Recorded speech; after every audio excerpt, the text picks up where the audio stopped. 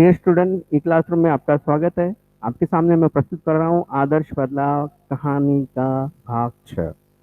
इससे पूर्व भाग 1, 2, 3, 4, 5 में मैंने कहानी से संबंधित कुछ परिचित प्रस्तुत किए। अब की बार कहानी के आखिरी हिस्से की ओर हम जा रहे हैं और वही हिस्सा मैं आपके सामने प्रस्तुत कर रहा हूँ। तो चलिए, लेखक सुदर्शन द्वारा लिखित आदर्श बदलाव कहानी।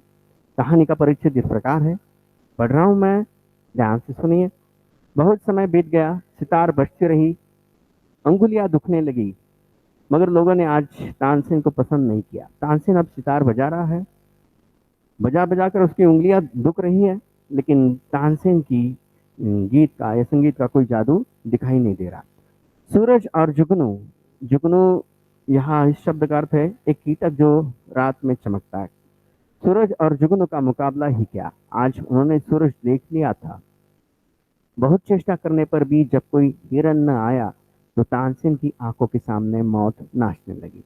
तानसेन संगीत प्रतियोगिता में हिस्सा लेकर अब हम्म, सितार बजा रहा है, लोग सुन रहे हैं, लेकिन तानसेन की सितार का जादू लोगों के मन पर नहीं पड़ा है।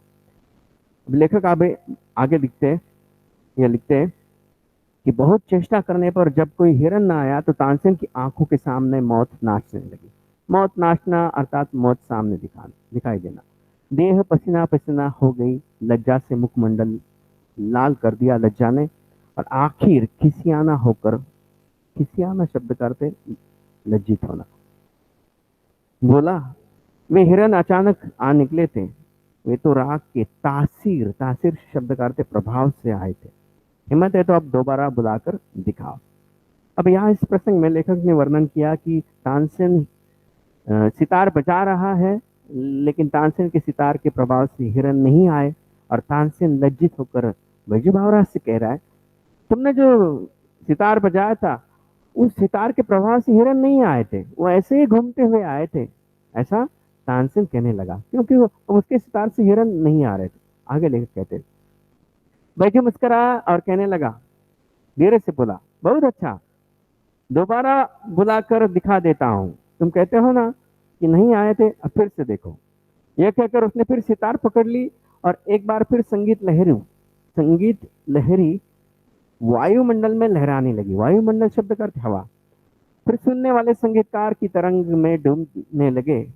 हिरन बैजू बावरा के पास फिर आए, वे हिरन जिनकी गर्दन में फूलमालाएं पड़ी थी, और जो राग, राग शब्द का अर्थ यहाँ स्वरों की वह रचना जो कानों को अच्छी लगे, और जो राग की सुरीली ध्वनि के जादू से बुलाए गए थे। बैजू बावरा ने माला उतार ली और हिरन कूदते हुए जिधर से आए थे उधर चले। बैजू फिर से सितार बजाता रहा, फिर से वो हिरन आए। फिर से हिरन आने के बाद बैजू ने उन हिरन के गलों में जो मालाएं पड़ी थी उस माला को उठा लिया और हिरन फिर से चले गए। इस प्रकार तानसेन के कहने पर बैजू ने दोबारा हिरन को बुलाकर दिखाया। अकबर का तानसेन के साथ अगाध प्रेम था। उसकी मृत्यु निकट देखी तो उनका कंठ भर आया, परंतु प्रतिज्ञा हो चुकी थी। वे विवश, विवश शब्द करते मजबूर होकर उठे और संक्षेप में निर्णय सुना दिया कि बैजू बावरा जीत गया, तानसेन हार गया। अब तानसेन की जान बैजू बावरा के हाथ में थी। तानसेन कांपता हुआ उठा, आगे बढ़ा, कांपता हुआ बैजू बावरा के पांव में गिर पड़ा। वह जिसने अपन में किसी पर दया नहीं की थी, इस समय दया के लिए गिड़गिड़ा रहा था। लेकिन यह कह रहे कि तानसेन अब बैजू बावरा के चरणों में गिर पड़ा है, और तानसेन ने किसी के सामने हाथ नहीं फैलाए थे और किसी के चरणों में गिड़गिड़ाया भी नहीं था, लेकिन आज तानसेन बैजू के पैरों में पड़कर अपनी जीवन की भीख मांग रहा था, गिड़गिड़ा रहा था, दीन भाव से प्रार्थना कर रहा था। आगे बैजू बावरा ने कहा, मुझे तुम्हारे प्राण लेने की चाह नहीं है, तुम इस निष्ठुर नियम को उड़वा दो। जो कोई आगरे की सीमा के अंदर गाए, और अगर तानसेन से जोड़ का ना हो या तानसेन की बराबरी का ना हो तो मरवा दिया जाए। ये जो कानून तुमने बनवाया उसे उड़ा दो। अकबर ने अधीर होकर, तुरंत ही, अधीर होना मतलब उतावला होकर कहा, यह नियम अभी इसी समय उड़ा दिया जाता है। तानसेन बैजू बावरा के चरणों में गिर गया। गिर जाना हार मानने लगा और दीनता से कहने लगा कि यह उपकार मैं जीवन भर नहीं भूलूंगा। आगे बैजू बावरा ने जवाब दिया, 12 बरस पहले की बात है, आपने एक बच्चे की जान बख्श दी थी। जान बख्श देना अर्थात दयापूर्वक छोड़ देना। आज उस बच्चे ने आपकी जान बख्शी है।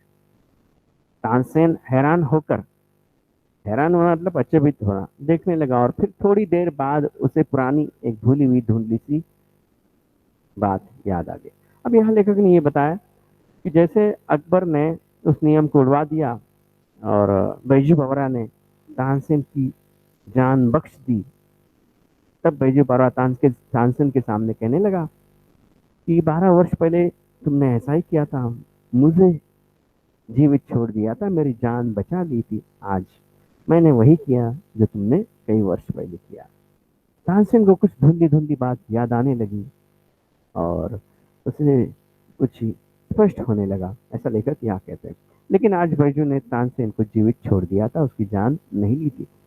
तानसेन ने तो बैजू के पिता की जान ले ली थी, लेकिन बैजू ने ऐसा तानसेन के साथ नहीं किया। बदला लिया, प्रतिशोध लिया, सिर्फ वो नियम वो कानून उड़वा दिया जो कानून किसी की जान ले सकता है, और वो कानून अकबर ने उड़वा दिया और इस प्रकार अपने बाबा की मृत्यु का प्रतिशोध का बदला बैजू ने लिया। अब यहाँ इस परिचित पर आकलन की कृतियां इस प्रकार है। परिचित पढ़कर निम्नलिखित कृतियां पूर्ण कीजिए, कारण लिखिए। पहली कृति है अकबर का कंठ भराया, इसका कारण हमें लिखना है। कारण क्या लिखेंगे हम? क्योंकि तानसेन की मृत्यु निकट थी। दूसरा, बैजू ने तानसेन की जान बख्श दी, इसका कारण लिखना है। कारण क्या है कि क्योंकि 12 बरस पहले तानसेन ने बैजू की जान बख्श दी थी, ये कारण। संजाल पूर्ण कीजिए। हिरन न आने पर तानसेन की हालत हालत क्या थी, उसकी अवस्था क्या थी? तो आंखों के सामने मौत नाचने लगी, देह पसीना पसीना हो गई, लज्जा से वायुमंडल लाल हो गया और किसी आना होकर बोलने लगे। तो इस प्रकार हिरन न आने पर तानसेन की अवस्था का वर्णन यहाँ पर लिखना है 4 बातों में, तो मैंने लिख कर दिया। शब्द संपदा, निम्नलिखित शब्दों के लिए पर्यायवाची शब्द लिखिए।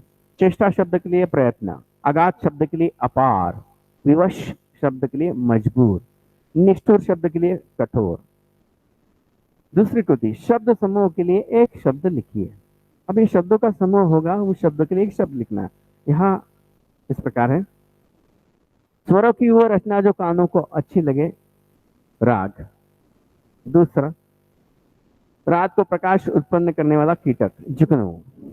यहाँ 4 और 5 नंबर दिखाई दे रहे हैं, जबकि उसके स्थान पर 3 और 4 होने चाहिए, तो 4 की जगह 3 रखिए और 3 सुनिए। बिना आकार का एक वाद्य यंत्र, सितार। अगला यहाँ 5 नंबर दिखाई देता है, लेकिन 5 की जगह 4 लेना है हमें। दीन भाव से प्रार्थना करना है, गिड़गिड़ाना। अभिव्यक्ति, मनुष्य जीवन में अहिंसा का महत्व, इस विषय पर अपने विचार लिखिए। मैंने यहाँ अपने विचार लिख कर दिए हैं, आप खुद आपके विचार भी लिख सकते हैं, सिर्फ मैंने ये उदाहरण के तौर पर दिए। हत्या न करना, किसी को दुख न पहुंचाना अहिंसा है। भगवान गौतम बुद्ध और भगवान महावीर जी ने अहिंसा का संदेश दिया। महात्मा गांधी अहिंसा के पुजारी थे। देश को आजादी दिलवाने में गांधी जी ने योगदान दिया। गांधी जी के पास अहिंसा का हथियार था। जीवन की हर समस्या का समाधान अहिंसा में है। अहिंसा के मार्ग पर चलना और अपनाना कठिन है, परंतु इसमें हमारे कल्याण की भावना है। इस मार्ग को अपनाने से अन्याय करने वाले व्यक्ति के विचारों में परिवर्तन आ जाता है। यहाँ देखिए, अन्याय करने वाले व्यक्ति और विचारों में परिवर्तन आ जाता है। इस प्रकार यहाँ प्रिंट है, यहाँ के शब्द नहीं लिखा गया है। तो अन्याय करने वाले व्यक्ति के विचारों में परिवर्तन आ जाता है, इस प्रकार यहाँ आपने समझ लेना। हिंसा से मनुष्य के मन में बदले की भावना जाग उठती है। इस प्रकार ये विचार मैंने प्रस्तुत किए। अगले चलिए, साहित्य संबंधी ज्ञान। सुदर्शन जी का मूल नाम पंडित बद्रीनाथ। सुदर्शन ने इस लेखक की लेखन परंपरा को आगे बढ़ाया तो प्रेमचंद। ऐसे साहित्य संबंधी ज्ञान पर आधारित कुछ प्रश्न आपको परीक्षा में 2 अंकों के लिए पूछे जाते हैं। आपके पाठ्य पुस्तक में ये 2 प्रश्न है, इसलिए मैंने यहाँ प्रस्तुत किए। 2 अंकों के लिए ध्यान में रखिए और इसे नोटबुक में लिखिए। अब लघुत्तरीय प्रश्न क्या है आपके पाठ्य पुस्तक में, तो वो यहाँ पर है। आदर्श बदला कहानी के शीर्षक की सार्थकता स्पष्ट कीजिए। अब ये शीर्षक योग्य क्यों है, सार्थक क्यों है, ये हमें स्पष्ट करना है। मैंने यहाँ स्पष्टीकरण लिख दिया, आप भी अपनी ओर से खुद का स्पष्टीकरण लिख सकते हैं कि आपको क्यों इस कहानी का शीर्षक अच्छा लगता है, योग्य लगता है। तो मैंने यहाँ लिखा है, लेखक सुदर्शन द्वारा लिखित कहानी आदर्श बदला में अहिंसा से बदला लिया जा सकता है। बदला लेने के लिए हिंसा की आवश्यकता नहीं है, ये बात समझाइए। किसी भी कहानी के लिए शीर्षक महत्वपूर्ण होता है। आदर्श बदला ये कहानी घटना प्रधान कहानी है। बैजू के पिता की मृत्यु से ये कहानी की शुरुआत होती है और अंत में वो अपने पिता की मृत्यु का बदला अहिंसा से लेता है, ऐसा कहानी में वर्णन है। बैजू तानसेन को जीवन दान देता है। बैजू संगीत विद्या सीखता है। पिता की मौत का बदला लेने के लिए 12 वर्ष तक तपस्या करता है। कला का सम्मान करता है। उसके जैसे ही दूसरे कलाकार की जान बचाता है। कहानी में बैजू आदर्श कलाकार है। कहानी में आदर्श बदले का वर्णन किया गया है, इसलिए कहानी का शीर्षक योग्य है। ये मैंने सब बातें बताकर ये समझाने की कोशिश की कि कहानी का शीर्षक क्यों योग्य है। आप अपनी ओर से और अधिक जानकारी लिखकर आप भी स्पष्ट कर सकते हैं कि कहानी का शीर्षक सार्थक क्यों है, योग्य क्यों है। सारी कहानी का वर्णन आपने संक्षेप में लिख दिया और नीचे लिखा। इस वर्णन के आधार पर हम कह सकते हैं कि कहानी के लिए दिया गया शीर्षक सही है, तो वो भी उत्तर बन सकता है। तो आप ऐसे भी लिख सकते हैं। अगली एक कृति देखो, सच्चा कलाकार वो होता है जो दूसरों की कला का सम्मान करता है। इस विषय पर अपने विचार लिखिए। एक कलाकार, सच्चा कलाकार वही होता है जो दूसरों की कला का सम्मान करता है। इस कथन पर हमें विचार लिखने, इस पर हमारी राय लिखनी। मैंने लिख कर दिया, कलाकार का जीवन उसकी कला पर निर्भर है। कलाकार समाज की सहायता से जीता है। कलाकार समाज का आदर्श होता है, इसलिए कलाकार को अपने कला के साथ साथ दूसरों की कला का सम्मान करना चाहिए। सच्चा कलाकार वही होता है जो कला की साधना करता है। कलाकार का विनाश कला से होता है। यहाँ का शब्द प्रिंट नहीं है। अगर कलाकार कला की साधना को छोड़कर अहंकारी बन जाए तो उसे अपमानित होना पड़ता है। यहाँ उसका अपमानित होना पड़ता है शब्द है, गलत है। उसे अपमानित होना पड़ता है। सच्चा कलाकार दूसरे कलाकार से ईर्ष्या नहीं करता। यहाँ ईर्ष्या शब्द नहीं है, तो ईर्ष्या शब्द आप लिखेंगे। वह कला का पुजारी होता है। सच्चा कलाकार जीवन दान देता है और अपनी कला से किसी का जीवन बचाता है। सच्चा कलाकार कला से जीवन की बुराई को नष्ट करता है। इस प्रकार एक सच्चे कलाकार क्या होता है, इस पर हमें अपने विचार लिखने। हमारे दृष्टिकोण से कलाकार, सच्चा कलाकार वही होगा जो अपनी कला से किसी को नुकसान ना पहुंचाए, किसी की जान न ले। हमारे दृष्टिकोण से और सच्चा कलाकार कौन हो सकता है कि जो अपनी कला से श्रोताओं को, लोगों को मुग्ध कर दे, लोगों के मन को जीत ले। वो कलाकार हमारे दृष्टिकोण से सच्चा है, ऐसा हम लिख सकते हैं। और ऐसा सच्चा कलाकार ही अपनी कला को जीवित कर रखता है। अब ऐसे सच्चे कलाकार कैसे बनते हैं, तो जो दिन रात कला की साधना करते हैं, कला के प्रति समर्पित होते हैं,